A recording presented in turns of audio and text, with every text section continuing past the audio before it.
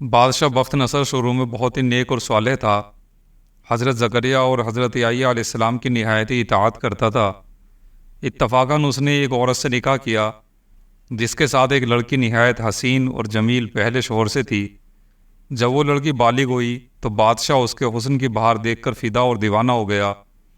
اس کی ماں کو پیغام دیا، وہ بہت خوش ہوئی، مگر دل میں اندیشہ ہوا کہ بادشاہ پیغمبروں کا مطیع اور فرمانبردار ہے اور نکاح اللہ کے پیغمبر کی شریعت کے خلاف ہے، وہ کیوں اس کام کی اجازت دیں گے؟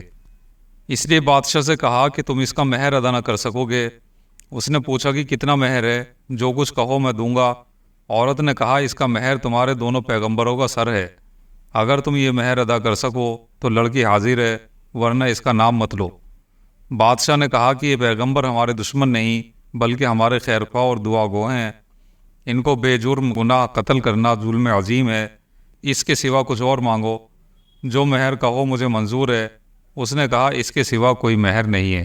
بادشاہ نے نفسانی خواہشات سے مغلوب ہو کر فوج کو حکم دیا کہ دونوں بے گناہوں کا سر کاٹ لاؤ۔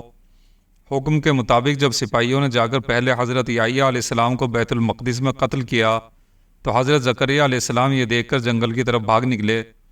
فوج پیچھے ہوئی اور شیطان نے ان کی رہنمائی کی۔ جب سپاہیوں نے گھیر لیا تو حضرت زکریا علیہ السلام نے ایک پیڑ سے التجا کی کہ مجھے اس وقت پناہ دے۔ وہ پیڑ پھٹ گیا، یہ اس کے اندر سما گئے، پھر وہ بند ہو گیا، لیکن تھوڑا سا کپڑا باہر رہ گیا۔ فوج حیران تھی کہ کہاں غائب ہو گئے۔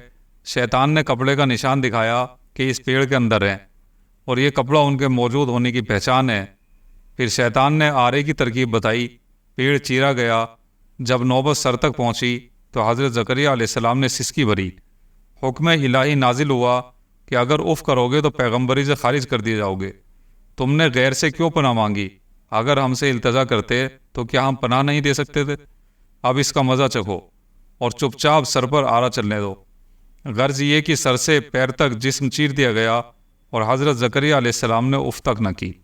جب دونوں پیغمبر اس بے دردی سے قتل ہوئے تو غضب الہی نازل ہوا، دن میں اندھیرا چھا گیا۔ ایک بادشاہ نے خوخار فوج لے کر چڑھائی کر دی اور اس شہر کے باشندوں کو گرفتار کر لیا۔ حضرت یحییٰ علیہ السلام کا خون بند نہ ہوا۔ جب قبر میں رکھا تو قبر خون سے لبریز ہو گئی۔ بادشاہ نے قسم کھائی کہ جب تک خون بند نہ ہوگا میں قتل سے باز نہ رہوں گا۔ ہزاروں آدمی قتل کر دیے گئے لیکن خون بند نہ ہوا۔ اس وقت ایک شخص حضرت یحییٰ علیہ السلام کی لاش پر آیا اور کہا کہ تم پیغمبر ہو یا ظالم؟